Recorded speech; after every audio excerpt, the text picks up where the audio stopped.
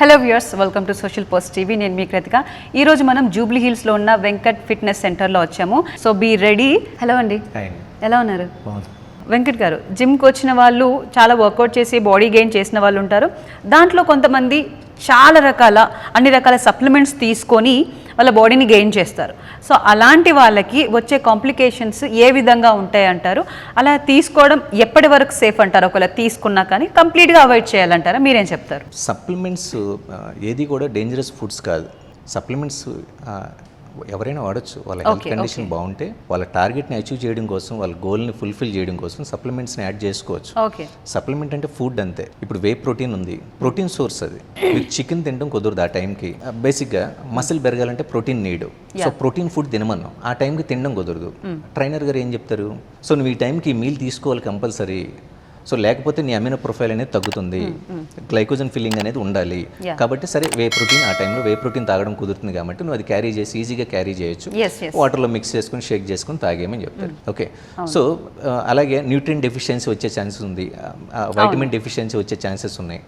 Okay, so bone density పెంచడం కోసం ఈ మల్టీవైటమిన్ వాడండి, ఈ ఫిష్ ఆయిల్ వాడండి. ఓకే, హెల్దీ హార్ట్ ఇంప్రూవ్ చేయడం కోసం అని చెప్తారు. సో ఇవన్నీ సప్లిమెంట్సే. ఇవన్నీ కూడా water soluble vitamins. Okay, so అది మీరు అడిషనల్గా తీసుకున్న మీ బాడీ అని స్టోర్ చేసుకోదు. ఆ రోజు రాత్రికే ఫ్లష్ అవుట్ అయిపోతుంది, మార్నింగ్ కల్లా ఏమి ఉండదు. 0.1% కూడా ఉంచుకోదు, స్టోర్ చేసుకోదు. దానివల్ల డిసడ్వాంటేజెస్ ఏమీ ఉండవు. అడిషనల్గా ఎక్కువ తీసుకున్నా సరే, ప్రోటీన్ ఎక్కువ తీసుకుంటే ఏదో ప్రాబ్లమ్స్ వస్తాయి, అసలు మీ బాడీ స్టోర్ చేసుకోదు కదా, వేస్ట్కి పంపించేస్తుంది అలా. సో కాబట్టి సప్లిమెంట్స్ అంటే బ్యాడ్ ఏం కాదు.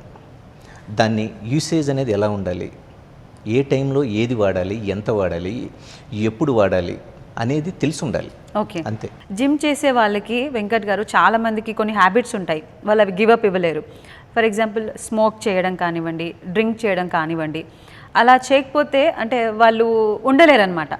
అలాంటి వాళ్ళు జిమ్ చేయొచ్చా? చేసేటప్పుడు ఎలాంటి టిప్స్ పాటించాలంటారు? అది మానేయడానికి ఏమైనా ఉంటుందా? ఇలా జిమ్ చేయడం ద్వారా ఏదైనా వాళ్ళ మైండ్ చేంజ్ చేసుకోవచ్చు అంట, వాళ్ళకి ఎలాంటి టిప్స్ చెప్తారు? బేసిక్గా మనం ఎక్సర్సైజ్ స్టార్ట్ చేద్దాం అనుకున్నప్పుడు అంటే మనం స్ట్రెస్ని అడిషనల్గా యాడ్ చేద్దామని మన లైఫ్లో.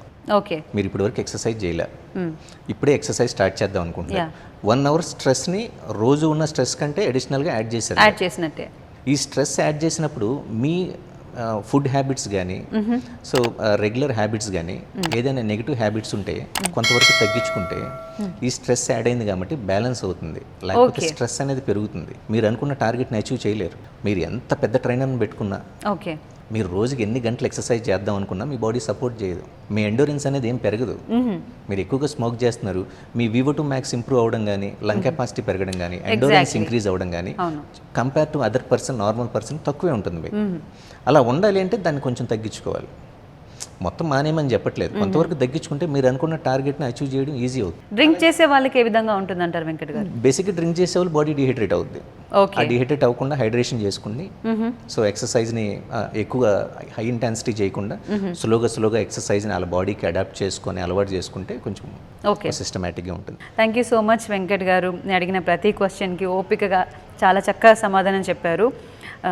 ఇంకా ఈ వీడియోని చూసిన వాళ్ళు మంచి నాలెడ్జ్ తీసుకొనే ఉంటారని అనుకుంటున్నాము. మీకు ఇంక ఏ క్వశ్చన్స్ ఉన్నా కానీ ప్లీజ్ కమెంట్ బాక్స్లో కమెంట్ చేయండి. నెక్స్ట్ ఎపిసోడ్లో మళ్ళీ మన వెంకట్ గారిని అడుగుదాము. థ్యాంక్ యూ అండి. Thank you.